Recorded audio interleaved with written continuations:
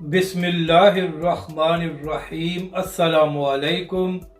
آپ دیکھ رہے ہیں یوٹیوب چینل عام سی باتیں۔ تحریک لبیک کے اہم رہنما کے بھائی کو گولی مار کر شہید کر دیا گیا۔ تحریک لبیک کے امیر کی شدید مذمت۔ اس ویڈیو میں ہم اسی کے متعلق بات کریں گے۔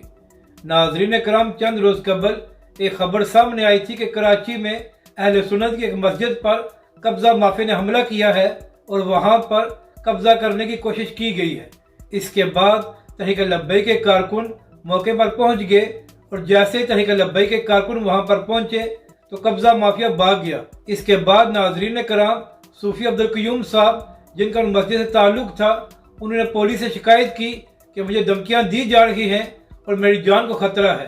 ناظرین کرام، شکایت لگانے کے باوجود پولیس نے کوئی ایکشن نہیں لیا اور نہ ہی صوفی عبدالقیوم صاحب کو سیکیورٹی دی گئی۔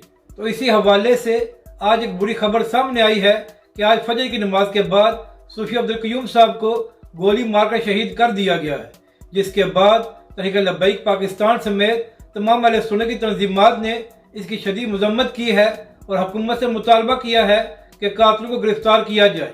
اس کے ساتھ ساتھ تحریک لبیک کراچی کے امیر مفتی قاسم فخری صاحب نے بھی اس کی شدید مذمت کی ہے اور حکومت سے مطالبہ کیا ہے کہ قبضہ مافیا کے خلاف کارروائی کر کے ان کو سزا دی جائے۔ اور ناظرین کرام، مفتی اعظم پاکستان مفتی منیب الرحمان صاحب نے بھی اس کی شدید مذمت کی ہے اور حکومت سے مطالبہ کیا گیا ہے کہ قاتلوں کو فوری گرفتار کیا جائے۔